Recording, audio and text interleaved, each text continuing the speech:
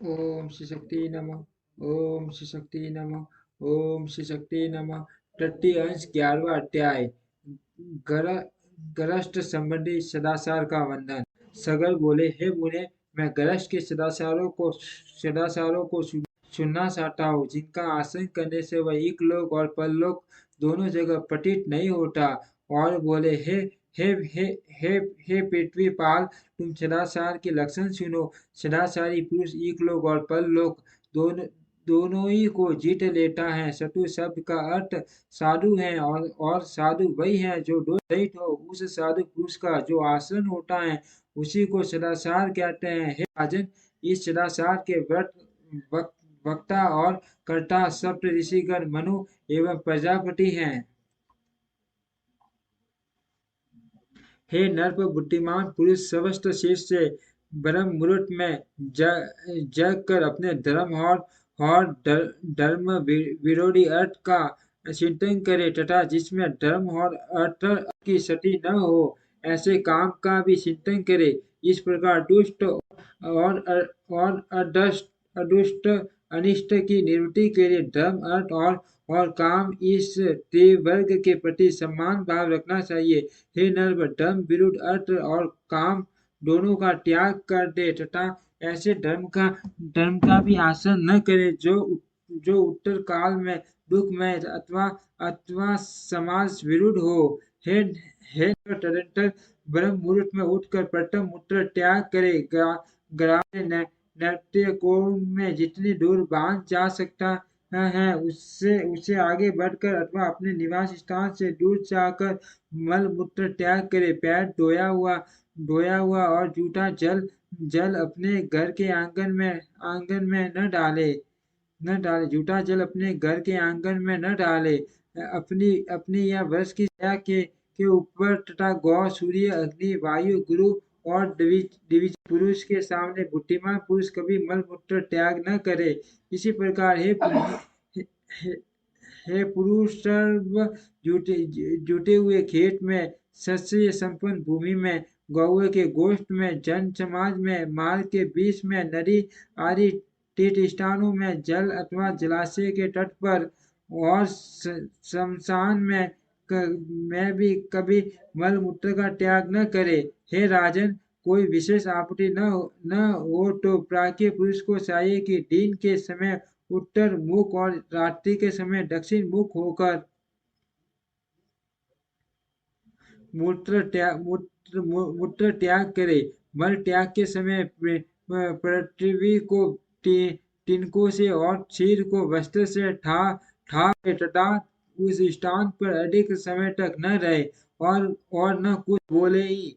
हे राजन, बॉबी की सुओं द्वारा बिल से निकाली हुई जल के भीतर की श्वास क्रम से बसे हुए घर के लिपन की चीटी आदि छोटे छोटे जीवों द्वारा निकाली हुई और हल से उकाड़ी हुई इन सब प्रकार की मूर्तिकाओं का श्वास कर्म में उपयोग न करे।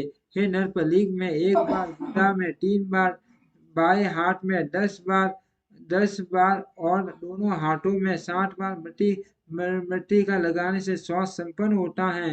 तदंतर गंध और फेने रहित सर्वस्व जल से आसमन करे, तथा फिर सावधानता पूर्वक बहुत सी मिट्टी का ले। उससे शर्म शुद्धि करने के अनंतर फिर पैर धोकर 3 बार कुल्ला करे और 2 बार मुख धोवे। तत्पश्चात जल लेकर शिरोदेश में स्थित इंद्रिय रंध्र, मूर्धा, बाहु, नाभि और हड्डियों को स्पर्श करे।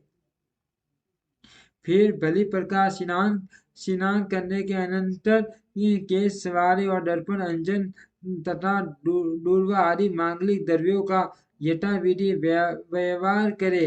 तदंतर हे पृथ्वी पते, अपने वन धर्म के अनुसार आजीविका के लिए धनोपार्जन करे और सदापूर्वक यज्ञानुष्ठान करे। सोम संस्था, हविष संस्था और पांग संस्था, इन सब धर्म कर्मों का आधार धन ही है। अतः मनुष्य को धनोपार्जन का यत्न करना चाहिए। नित्य कर्मों के संपादन के लिए नदी, नद तड़ाग देवालयों की बावड़ी और पर्वतीय झरनों में स्नान करना चाहिए अथवा कुएं से जल खींच कर उसके पास पास की भूमि पर स्नान करे और यदि यदि वह भूमि पर स्नान करना संभव न हो तो कुएं से खींच कर लाए हुए जल से गरी में नहा ले स्नान करने के अनंतर शुद्ध वस्त्र धारण कर देवता ऋषिगण और पितरगण उन्हीं के तीर्थों से तर्पण करे देवता और ऋषियों के तर्पण के लिए तीन बार तथा प्रजापति के लिए एक बार जल छोड़े हे पृथ्वी पते पितरगण और पितामहों की प्रसन्नता के लिए 3 बार जल छोड़े अथवा इसी प्रकार पिता पिता पि, पर पर पर पितामह को भी संतुष्ट करे एवं माता व नाना और उनके पिता तथा उनके पिता को भी सावधानता पूर्वक पवित्र तीर्थ से जलदान करे अब काम्य तर्पण का वर्णन करता हूँ श्रवण करो ये जल माता के लिए हो या परमाता के लिए हो ये व्रता परमाता के लिए हो या हो ये गुरु पत्नी को ये गुरु को ये मामा को ये प्रिय मित्र को अथवा तथा ये राजा को प्राप्त हो हे राजन ये जपता हुआ समस्त बुद्धों के हित के लिए देवाली तर्पण करके अपनी इच्छा अनुसार अभिलिषित संबंध के लिए जलदान करे देवाली तर्पण के समय इस प्रकार करे देव असुर यक्ष नाग गंधर्व राक्षस पिशाच ग्रह सीध कुष्मांड पशु पक्षी जलचर स्थलचर और वायु भक्षक आदि सभी प्रकार के जीव मेरे दिए हुए जल से तृप्त हो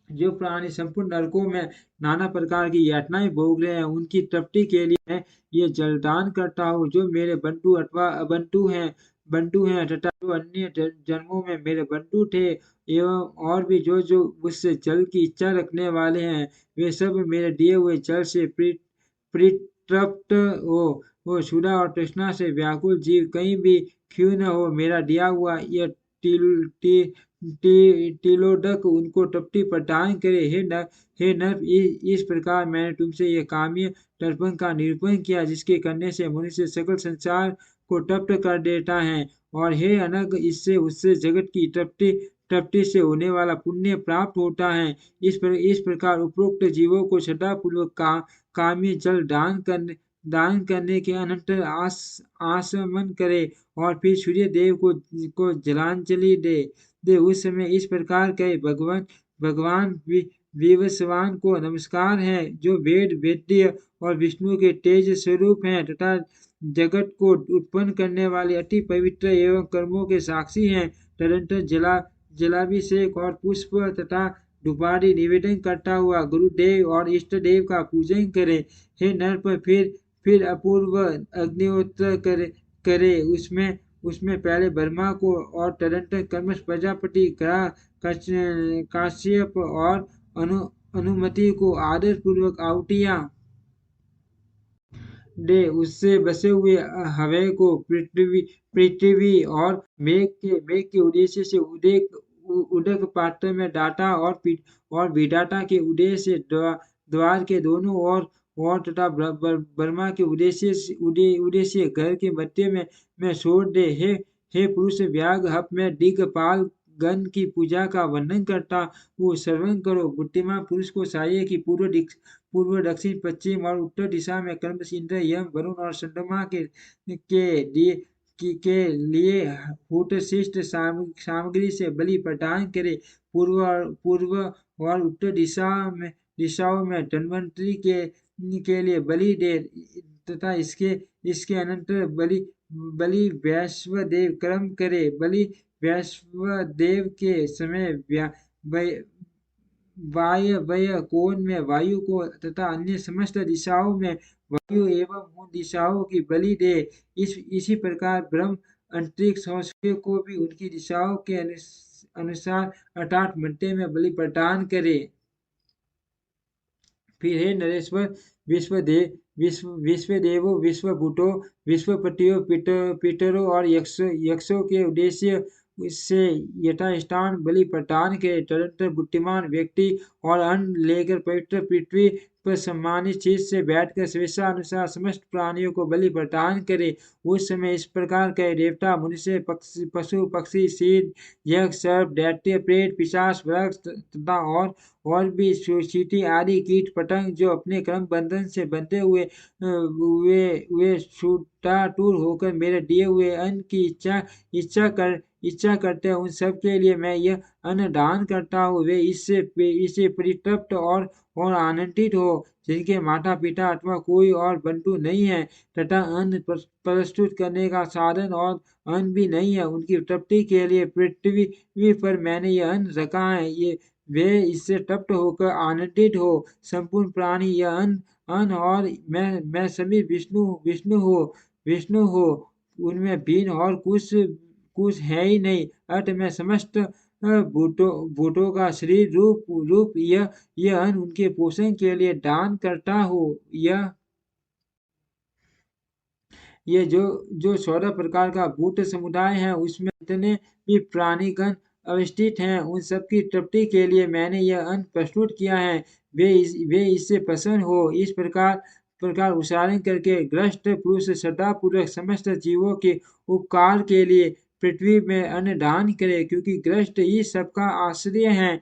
हे नरेश्वर, तदंतर कुत्ता, सांडाल, वृक्षगण तथा और भी जो कोई पतित एवं पुत्रहीन पुरुष हो, उनकी तृप्ति के लिए पृथ्वी में बलि भाग रखे। फिर दोन काल पर्यंत अथवा इच्छा अनुसार इससे भी कुछ अधिक देर अतिथि ग्रहण करने के लिए घर के आंगन में रहे।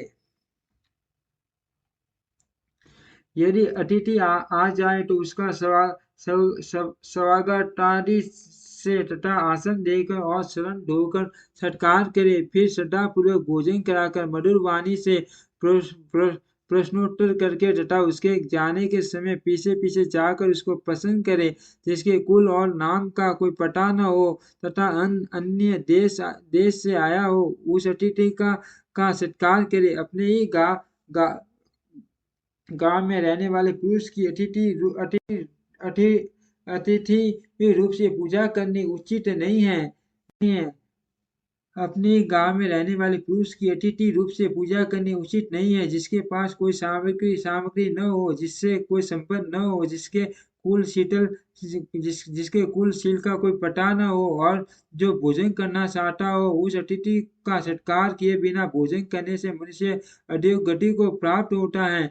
ग्रस्त पुरुष को चाहिए कि आए हुए अतिथि के अध्ययन, गोत्र, आसन और कुल आदि के विषय में कुछ भी न पूछकर हिंदे गर्भ बुद्धि से उसकी पूजा करे। हे नर, अतिथि सत्कार के अनंतर अपने ही देश के एक और पांचीय ब्राह्मण को, जिसके आचार और कुल आदि का ज्ञान हो, पितरगण के लिए भोजन करावे। हे भूपाल, मनुष्य यज्ञ की विधि से मनुष्य भेयो हंत इत्यादि मंत्रोच्चारण पूर्वक पहले ही निकाल कर अलग रखे हुए हंत का नामक अन्न से उस श्रोत्रिय ब्राह्मण को भोजन करावे। इस प्रकार देवता, अतिथि और ब्राह्मणों को ये 3 भिक्षाएं देकर यदि सामर्थ्य हो तो परिवारजक और ब्रह्मचारियों को भी बिना लौटाए हुए इच्छा अनुसार भिक्षा दे। 3 प्याले तथा भिक्षुगण, ये चारों अतिथि कहलाते हैं। हे राजन, इन चारों का पूजन करने से मनुष्य समस्त पापों से मुक्त हो जाता है। जिसके घर से अतिथि निराश होकर लौट जाता है, उसे वह अपने पाप देकर उसके शुभ कर्मों को ले जाता है। हे नरेश्वर, दाता, प्रजापति, इंद्र, अग्नि, वसुगण और अरिमा, ये समस्त देवगण अतिथि में प्रविष्ट होकर अन्न भोजन करते हैं। अतः मनुष्यों को अतिथि पूजा के लिए निरंतर प्रयत्न करना चाहिए। जो पुरुष अतिथि के बिना भोजन करता है वह तो केवल पाप ही भोग करता है। तदनंतर ग्रस्त पुरुष पितर ग्रह में रहने वाली विवाहिता कन्या, दुखिया और गर्भिणी स्त्री तथा वृद्ध और बालक को संस्कृत अन्न से भोजन कराकर अंत में स्वयं भोजन करे। इन सब को इन सब को भोजन कराए बिना जो स्वयं भोजन कर लेता है वह पाप में भोजन करता है और अंत में मरकर नरक में चले से भोजी कीट होता है। जो व्यक्ति स्नान किए बिना भोजन करता है वह मल भक्षण भक्षण करता है। जब किए बिना भोजन करने वाला रक्त और पीयू पान करता है। संस्कारहीन अन्न खाने वाला मूत्र पान करता है तथा जो बालक व्रत आदि से पहले आहार करता है वह वह वह विष्टाहारी है। इसी प्रकार बिना होम किए भोजन करने वाला मानो कीड़ों को खाता है और बिना दान किए खाने वाला विष भोजी है। अतः हे राजेंद्र, ग्रस्त को जिस प्रकार भोजन करना चाहिए, जिस प्रकार भोजन करने से पुरुष को पाप बंधन नहीं होता तथा एक लोग अत्यंत आरोग्य बल बुद्धि की प्राप्ति और अरिष्टों की शांति होती है और जो शत्रु पक्ष का हास करने वाली है वह भोजन विधि सुनो। गृहस्थ को चाहिए कि स्नान करने के अनंतर यथाविधि देव ऋषि और पितरगण का तर्पण करके हाथ में उत्तम रतन धारण किए पवित्रता पूर्वक भोजन करे। हे नर्प, जप तथा अग्निहोत्र के अनंतर शुद्ध वस्त्र धारण कर अतिथि ब्राह्मण गुरुजन और अपने आश्रित बालक एवं वृद्धों को भोजन करा। सुंदर सुंदर सुगंध युक्त उत्तम पुष्पमाला तथा एक वस्त्र धारण किए हाथ पांव और मुंह धोकर प्रीति पूर्वक भोजन करे। हे रा हे राजन हे राजन, भोजन भोजन के समय इधर उधर न देखे। मनुष्य को चाहिए कि पूर्व अथवा उत्तर की ओर मुख करके अनियमना न होकर उत्तम और प्रति अन्न को प्रोक्षण के लिए रखे हुए मंत्रपूर्ण जल से छिड़क कर भोजन करे। जो अन्न दुराचारी व्यक्तियां लाया हुआ वो गणनाजनक हो अथवा बलि बलि वैश्वदेव आदि संस्कार शून्य हो उसको ग्रहण न करे। हे दिवेश, ग्रस्त पुरुष अपने खाद्य में से कुछ अंश अपने शिष्य तथा अन्य भूखे प्यासों को देकर उत्तम और शुद्ध पात्र में शांत शीत भोजन करे। हे नरेश्वर, किसी बेट आदि के आसन कुर्सी आदि पर रखे हुए पात्र में अयोग्य स्थान में असमय संध्या आदि काल में अथवा अत्यंत संकुचित स्थान में कभी भोजन न करे। मनुष्य को चाहिए कि परोसे हुए भोजन का अग्र भाग अग्नि को देकर भोजन करे। हे नरप, जो अन्न मंत्रपूत और प्रशस्त हो तथा जो बासी न हो उसी को भोजन करे, परंतु फल मूल और सूखी शाखाओं को तथा बिना पकाए हुए लेया चटनी आदि और गुड़ के पदार्थों के लिए ऐसा नियम नहीं है। हे नरेश्वर, सारी पदार्थों को कभी न खाए। हे पृथ्वी पर हे हे पृथ्वी पटे विवेक की पुरुष मधु जल दही घी और सूत और सतु के सिवा और किसी पदार्थ को पूरा न खाए। भोजन एकाग्रचित होकर करे तथा प्रथम मधुर रस फिर लवण और अम्ल खट्टा रस तथा अंत में कटु और तीखे पदार्थों को खाए। जो पुरुष पहले द्रव्य पदार्थों को, बीच में कठिन वस्तुओं को तथा अंत में फिर द्रव्य पदार्थों को ही खाता है वह कभी बल तथा आरोग्य से हीन नहीं होता। इस प्रकार वाणी संयम करके अनिश्चित अन्न भोजन करे, अन्न की निंदा न करे, प्रथम 5 ग्रास अत्यंत मौन होकर ग्रहण करे। उनसे पंच प्राणों की तृप्ति होती है। भोजन के अनंतर बड़ी प्रकार आचमन करे और फिर पूर्व या उत्तर की ओर मुख करके हाथों को उनके मूल देश तक धोकर विधि पूर्वक आचमन करे।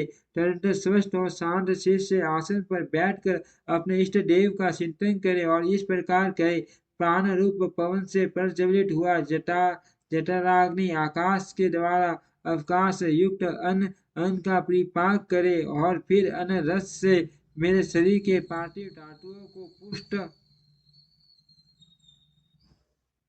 करे जिससे मुझे सुख प्राप्त हो। यह अन्न मेरे शरीर इस शरीरस्थ पृथ्वी जल अग्नि और वायु का बल बढ़ाने वाला हो और इन चारों तत्वों के रूप में परिणत हुआ। यह अन्न ही मुझे निरंतर सुख देने वाला हो। यह अन्न मेरे प्राण अपान अपान सम्मान उड़ान और बयान की पुष्टि करे तथा मुझे भी निर्बाध सुख की प्राप्ति हो। मेरे खाए हुए संपूर्ण अन्न का अगस्टिक नामक अग्नि और बड़वानल परिपाक करे, मुझे उसके परिणाम में होने वाले सुख प्रदान करे और उससे मेरे शरीर को आरोग्यता प्राप्त हो। देह और इंद्रियादि के अधिष्ठा एकमात्र भगवान विष्णु ही प्रधान है। इस सत्य के बल से मेरा खाया हुआ समस्त अन्न परिपक्व होकर मुझे आरोग्य प्रदान करे। भोजन करने वाला भोज्य अन्न और उसका परिपाक ये सब विष्णु ही है। इस सत्य भावना के बल से मेरा खाया हुआ यह अन्न पच जाए, ऐसा कि अगर अपने उदर पर हाथ फेरे और सावधान होकर अधिक श्रम उत्पन्न न करने वाले कार्यों में लग जाए। शस्त्रों का अवलोकन आदि आदि सन्मार्ग के अविरोधी विनोदों से शेष दिन को व्यतीत करे और फिर सारी काल के समय सावधानता पूर्वक सदुपासन करे। हे राजन, बुद्धिमान पुरुष को चाहिए कि सारी काल के समय सूर्य के रहते हुए प्राप्त काल तारागण के समकते हुए वे ही भली प्रकार आसमानादि करके विधि पूर्वक संध्योपासन करे। हे पार्थी, सूतक पुत्र जन्मादि से होने वाली अशुचिता, अशौच, मृत्यु से होने वाली अशुचिता, उन्माद, रोग और भय आदि कोई बाधा न हो तो प्रतिदिन ही संध्योपासन करना चाहिए। जो पुरुष रुग्णावस्था को छोड़कर और कभी सूर्य के उदय अथवा अस्त के समय सोता है, वह प्रायश्चित का भागी होता है। अतः हे महीपते, ग्रस्त पुरुष सूर्योदय से पूर्व ही उठकर प्राप्त संध्या करे और सारे काल में भी तत्कालीन संध्या मंथन करे, सोवे नहीं। नर पर जो पुरुष प्रात अथवा सायकालीन संध्योपासन नहीं करते, वे दुरात्मा अंधता मिस्टर नरक में पड़ते हैं। तदंतर हे पृथ्वी पटे, सारे काल के समय सिद्ध किए हुए अन्न से गर्भपत्नी मंत्रहीन बलि वैश्वदेव करे। उस समय भी उसी प्रकार सब पश आदि के लिए अन्नदान किया जाता है। बुद्धिमान पुरुष उस समय आए हुए अतिथि का भी सामर्थ्य अनुसार सत्कार करे। हे राजन, प्रथम पाप धुलाने, आसन देने और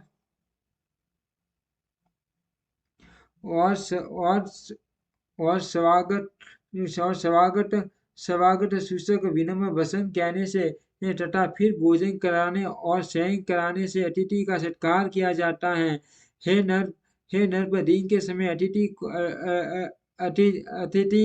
के लौट जाने से जितना पाप लगता है, उससे 8 गुना पाप सूर्यास्त के समय लौटाने से होता है। अतः हे राजेंद्र, सूर्यास्त के समय आए हुए अतिथि का ग्रस्त पुरुष अपनी सामर्थ्य अनुसार उससे सत्कार करे, क्योंकि उसका पूजन करने से ही समस्त देवताओं का पूजन हो जाता है।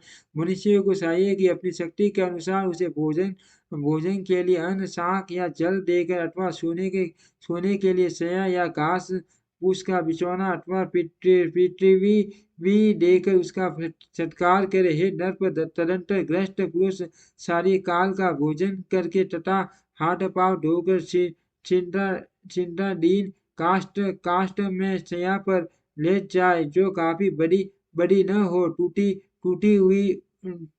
हुई हो, ऊंची नीची हो, मलिन हो अथवा जिसमें जीव हो या जिस पर कुछ बिछा हुआ न हो, उस शैया पर न सोवे। हे नर, सोने के समय सदा पूर्व अथवा दक्षिण की ओर सिर रखना चाहिए। इनके विपरीत दिशाओं की ओर सिर रखने से रोगों की उत्पत्ति होती है। हे पृथ्वी पटे, ऋतु काल में अपनी स्त्री से संग करना उचित है। पुल्लिंग नक्षत्र में युग और उनमें भी पीछे की रात्रि में शुभ समय में स्त्री प्रसंग करे, किंतु यदि स्त्री अप्रसन्न, रोगिणी, रजस्वला, निर्भिलाषिनी, कोढ़िता, दुखिनी अथवा गर्भिणी हो तो उसका संग न करे। जो सीधे स्वभाव की न हो पराभिलाषिनी अथवा निर्भिलाषिनी हो, सुडाटा हो, अधिक भोजन किए हुए हो अथवा परस्त्री हो, उसके पास न जाए। और यदि अपने में ये दोष हो तो भी स्त्री गमन न करे। पुरुष को उचित है कि स्नान करने के अनंतर माला और गंध धारण धारण कर काम और अनुराग युक्त होकर स्त्री गमन करे। जिस समय अति भोजन किया वो अथवा क्षुधित हो, उस समय उसमें प्रवृत्त न हो। हे राजेंद्र, चतुर्दशी, अष्टमी, अमावस्या, पूर्णिमा और सूर्य की संक्रांति ये सब पर्व दिन है। इन पर्व दिनों में ट्याल स्त्री अथवा मांस का भोग करने वाला पुरुष मरने पर विष्ठा और मूत्र से भरे भरे नरक में पड़ता है। संयमी और बुद्धिमान पुरुष को इन समस्त पर्व दिनों में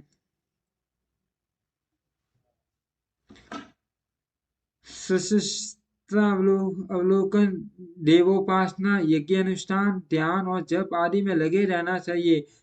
गौ, साग आदि आदि अन्य अन्य योनियों से अयोनियों से औषध प्रयोग से अथवा ब्राह्मण देवता और गुरु के